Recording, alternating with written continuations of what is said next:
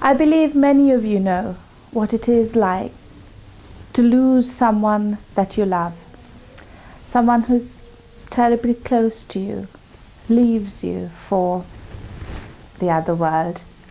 This departure can leave a terrible sense of loss. With this sense of loss, there is a feeling of helplessness. We try to prevent the going away of the one we love, but everything that we do or try to do seems useless.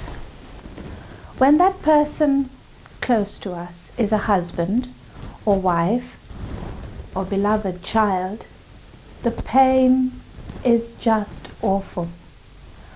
I know this myself. I speak from experience. I'm a widow from the town of Naim, not very far from Nazareth. They have come to know me like this, as the widow of Naim. I lost my husband a number of years ago. I remained with one child, a son whom I loved very much. He was all that I had left, and he was very precious to me. But it so happened that he too died. I was alone in the world, with nobody to support me. Friends and neighbors came to comfort me. They wanted to ease my pain and sympathize with me. I know they meant well, but all their kind words couldn't bring my son back to life. Many people from the town came for the burial. They wanted to show their sympathy and concern. I can say I appreciated that, but nothing could ease my pain. Some men were carrying the body of my son, followed by other men. The women surrounded me, steadying my steps. I was walking, but without really seeing what was around me. I could feel the people all around me. I could hear their lamentations. I was conscious of coming close to the gates of the town, but the rest I was not aware of. Suddenly, I noticed that the people had stopped walking. I knew we were not close to the place of the burial. I lifted my eyes and I looked at the body of my son being carried. And yes, then it was then that I knew what was happening. Meeting the people accompanying me was another large gathering of people. They were walking with the teacher from Nazareth and his disciples. They had stopped walking, and I thought it was out of respect for our funeral procession that they would wait by the gate of the town. I never expected what was to follow.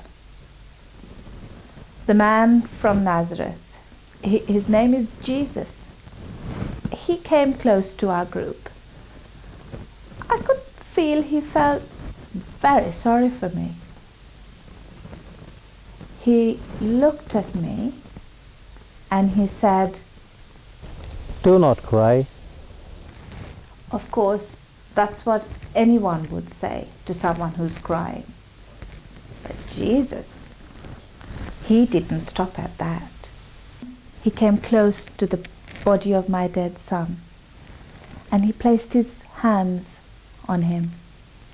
The bearers stayed where they were. And then I heard Jesus. I can still remember his voice as he spoke to my son. I was holding my breath, wondering what would happen. And then my son sat up and spoke to me, and Jesus gave him to me. I can't explain to you how I felt. It was like I had been dreaming. But the words of my son sounded so real. He was alive and well, he who had been dead. I was amazed, and so was all the people around me as well. You can imagine, we were astonished. Nobody had seen anything like this. I could hear them praising God and telling one another that a great prophet was among us. Of course, the news spread all round the countryside. To this day, there is something that I didn't figure out. It came to me afterwards, once I got over the surprise of my son being alive again. It was that Jesus was there for me at the right moment, as if by chance. And also, I had never asked him for anything. What could I have asked for? I had already lost my son. But the man from Nazareth, he could feel my pain. He could see my sorrow. And he just took it away, as only he can. Many people will tell you that praying is asking God for something. I suppose that's part of it. But I believe personally that it is allowing God to help you carry some of that pain, and sometimes taking it away completely. Our ancestor David wrote a beautiful prayer of thanks, which says, "You have changed my mourning into dancing." You can imagine, on that day, I said that prayer with my whole heart.